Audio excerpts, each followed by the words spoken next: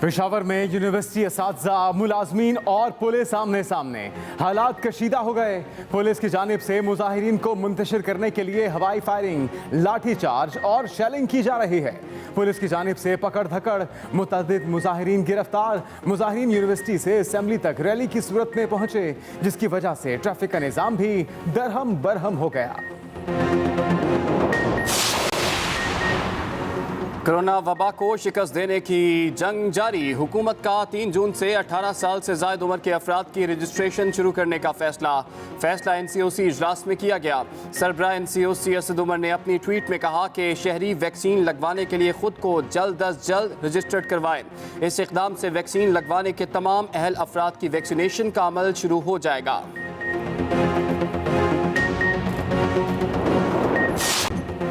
Corona का जोर कम होते ही स्कूल और कॉलेज खुल गए। इस्लामाबाद, पंजाब और KP में आज से 10वीं और 12वीं की क्लासेस शुरू हो गईं। एक दिन में 50% तलबा की हाजिरी की इजाज़त। 8वीं, 9वीं और 11वीं की क्लासेस 7 जून से शुरू होंगी। उधर असातिज़ा और एजुकेशन स्टाफ की वैक्सीनेशन के लिए हर तहसील में सेंटर मखसूस होगा। वैक्सीनेशन सेंटर्स में टीचर्स के लिए अलग काउंटर मुख्तस होगा। वॉक इन सहूलत दी जाएगी। KP में 3 जून के बाद वैक्सीन ना लगवाने वाले असातिज़ा के स्कूल दाखिले पर पाबंदी होगी।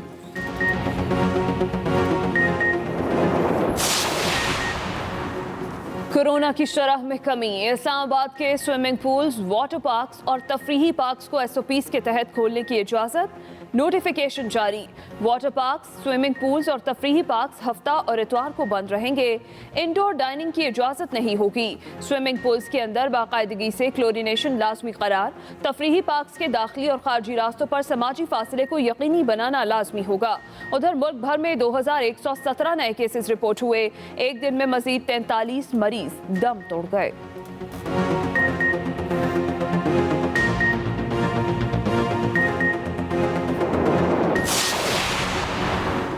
वज़ीर-ए-आज़म इमरान खान का पूरे मुल्क में यकसा तालीमी निसाब लाने और 10 डैम बनाने का ऐलान। तकरीब से खिताब में कहा कि जो काम अब कर रहे हैं वो 50 साल पहले होना चाहिए थे। मुल्क में मंसूबों पर अमल दरामद सुस्त रवि का शिकार होता है। माजी में किसी भी शोबे में तवील मुद्दती मंसूबे नहीं बनाए गए। तवील मुद्दती मंसूबे बनाने तक मुल्क तरक्की नहीं कर सकता। इलेक्शन को सामने रखकर मंसूबा बंदी करें तो मुल्क आगे नहीं जाता। 2023 तक 10 अरब दरख्त लगाने का हदफ है। वज़ीर-ए-आज़म ने पाकिस्तान के पहले ग्रीन यूरो का बाज़ाब्ता इजरा कर दिया। यूरो बॉन्ड की कामयाबी वज़ीर-ए-आज़म पर एतमाद का मज़हर है। भाषा और मोहम्मद डैम मुल्क के बेहतर मुस्तकबिल के लिए ज़रूरी है। वज़ीर ख़ज़ाना शौकत तरीन का तकरीब से खिताब। कहा, हमारी वज़ारत इस मंसूबे समेत दीगर मंसूबों की तकमील के लिए पुरअज़्म है।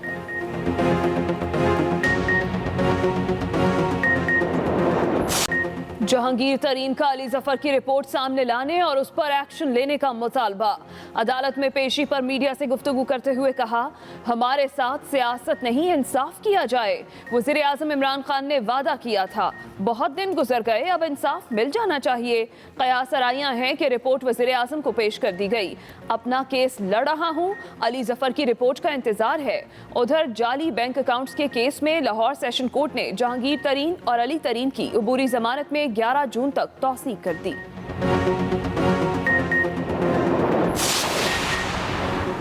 वफाकी वज़ीर इत्तलात फवाद चौधरी का शहबाज शरीफ और बिलावल को कर्जों का रिकॉर्ड देखने का मशवरा। अपनी ट्वीट में कहा कि शहबाज शरीफ और बिलावल का IMF पर बयान हैरत अंगेज है। मशवरा है कि बात करने से पहले अपने रिकॉर्ड देख लिया करें ताकि शर्मिंदगी से बच सकें। आज तक पाकिस्तान ने IMF से 13.79 अरब डॉलर लिए। इनमें से पीपल्स पार्टी ने 47% और नून लीग ने 35% कर्जे उठाए। बाकी तमाम हुकूमतों ने मिलकर 18% कर्जा लिया।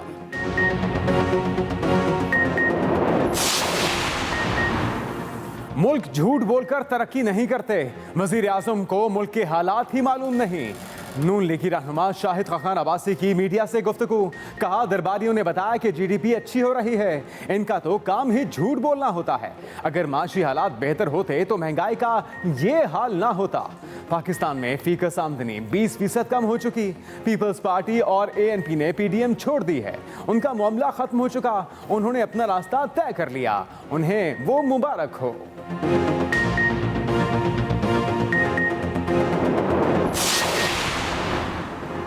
पीपल्स पार्टी का आज़ाद कश्मीर में साफ और शफाफ इलेक्शन का इनेकाद यकीनी बनाने का मुतालबा।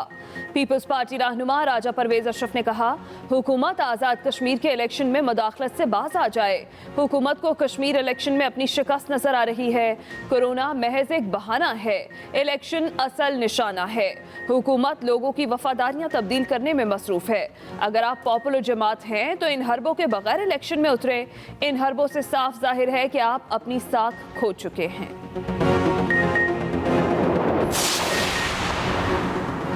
वज़ीर-ए-आला पंजाब ने खिदमत आपकी दहलीज पर प्रोग्राम का बाकायदा इफ्तिताह कर दिया।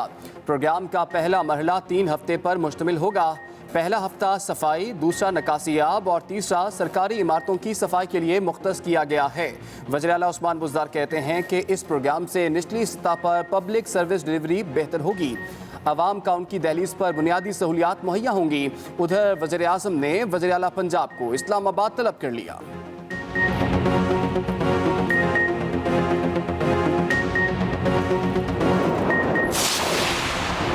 Chairman CPEC authority lieutenant general retired Asim Salim Bajwa का एक रोजा दौरा गवादर। सीपैक के तहत जारी मुख्तलिफ मंसूबों का जायजा लिया।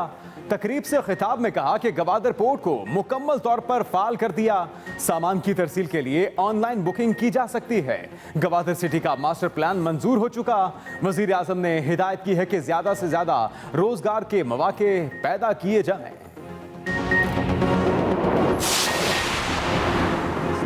पीपल्स पार्टी ने Pakistan media development authority ordinance 2021 मुस्तरद कर दिया।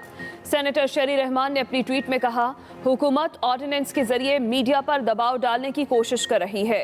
इस ऑर्डिनेंस के बाद मीडिया इदारे रियासती तर्जुमान बन जाएंगे या बंद हो जाएंगे। तर्जुमान नून लीग मरियम औरंगजेब ने कहा, पाकिस्तान मीडिया डेवलपमेंट अथॉरिटी आईनी आज़ादियों के कत्ल की तैयारी है। पार्लियामेंट को ताला लगाकर इमरान साहब अब इजहार राय के हक का गला काटने के लिए छुरी तेज कर रहे हैं।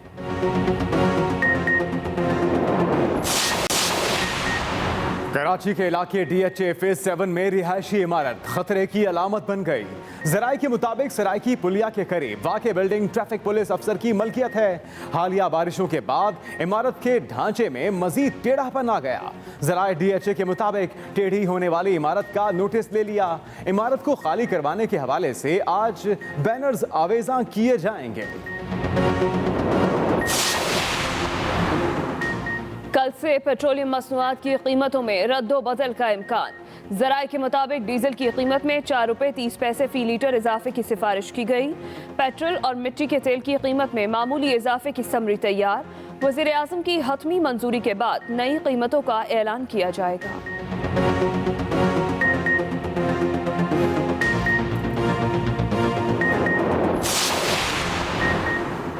लाहौरियों के लिए खुशखबरी। माहिरीन ने रिपोर्ट्स की बुनियाद पर लाहौर को पोलियो फ्री करार दे दिया।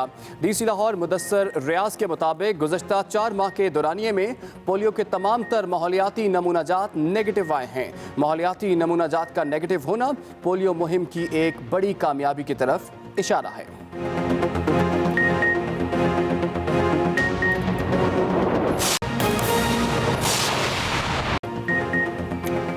अस्सलाम वालेकुम, आप देख रहे हैं एक्सप्रेस न्यूज। मैं हूं मोहम्मद जुनेद हलीम। मैं हूं हिना दिल और मैं हूं इमरान सनाउल्लाह। हेडलाइंस आपने मुलाहिजा की, बहुत सी अहम खबरें, लेकिन एक ब्रेक के बाद। सबसे पहले अहम खबर, पेशावर में यूनिवर्सिटी मुलाजमीन और असातिज़ा का असेंबली के सामने एहतजाज, जिसके बाद रोड को ब्लॉक कर दिया गया।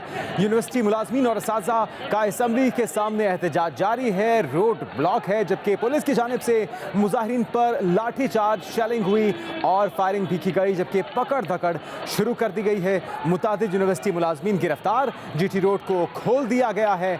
और ये कुछ देर पहले के मनाजिर हैं जहाँ पे यूनिवर्सिटी मुलाजमीन और असातिज़ा का असेंबली के सामने सामने एहतजाज हुआ, जिसके बाद रोड को ब्लॉक किया गया था और पुलिस की जानिब से इन मुजाहिरीन पर लाठीचार्ज हुआ, शेलिंग हुई, हवाई फायरिंग और पकड़ धकड़ भी शुरू की गई। बाद ये असातिज़ा मुलाजमीन मुंतशिर हो गए। अपने मुतालबात के हक में ये असातिज़ा और मुलाजमीन सड़कों पर आए हैं। असेंबली के बाहर एहतजाज किया गया, रोड ब्लॉक की गई, धरना दिया गया, अपने मुतालबात के हक में आवाज़ बुलंद की गई है, लेकिन इनकी सुनवाई तो ना हुई। इन पर लाठीचार्ज हुआ, आंसू गैस की शेलिंग हुई और फिर किस तरह से पकड़ धकड़ का निशाना बनाया गया।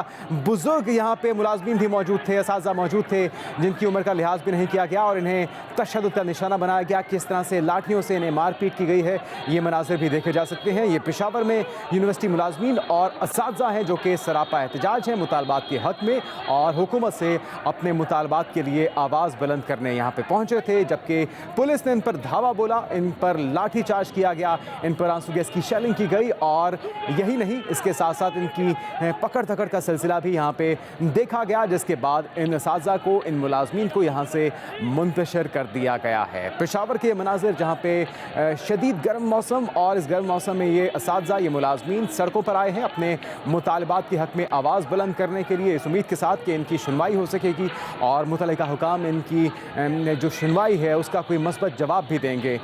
पुलिस का मुजाहिरीन को मुंतशिर करने के लिए लाठीचार्ज हुआ और इन्हें मुंतशिर कर दिया गया, आंसू गैस की शेलिंग भी की गई और बाज़ असातिज़ा मुलाजमीन को यहाँ से हिरासत में भी लिया गया है। विशाल यूसुफजई हमारे नुमाइंदे, उनसे मज़ीद तफसीलात जानते हैं। विशाल, क्या मुतालबात थे इन मुलाजमीन के, असातिज़ा के, और उन्हें सुनने के बजाय इन पर लाठीचार्ज और आंसू गैस की शेलिंग क्यों हुई?